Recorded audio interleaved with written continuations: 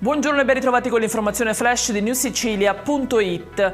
In apertura l'inchiesta sulla frana di Niscemi, dove sono stati iscritti sul registro degli indagati ben 13 nomi.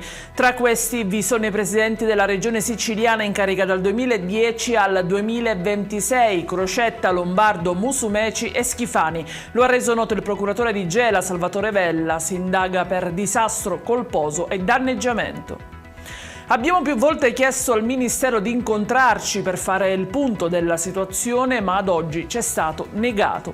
Lo ha detto Salvatore Vella, portavoce del Comitato Trasportatori Siciliani, in conferenza stampa al porto di Catania, dove da ieri sono bloccati tutti i trasporti che arrivano o partono via mare. Operazione ad ampio raggio dei finanzieri del Comando Provinciale di Catania nella cosiddetta Piana di Catania, dove l'intensificazione dei controlli economico-finanziari ha portato a 2 distinti interventi conclusi con l'arresto in flagranza di 3 persone. 2 sono accusate di detenzione di sostanze stupefacenti, mentre un terzo soggetto è stato fermato per possesso illegale di arma da fuoco.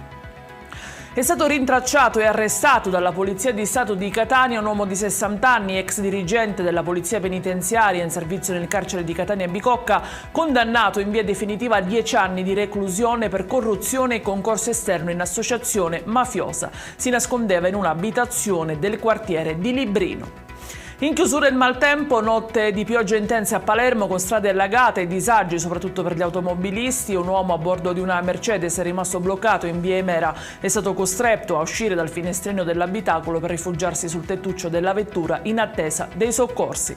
Ed è tutto per questa edizione. Io vi ricordo come sempre che i dettagli su queste notizie e molte altre li trovate sul nostro sito e sui nostri canali social. Grazie per averci seguito e a stasera con nuovi aggiornamenti.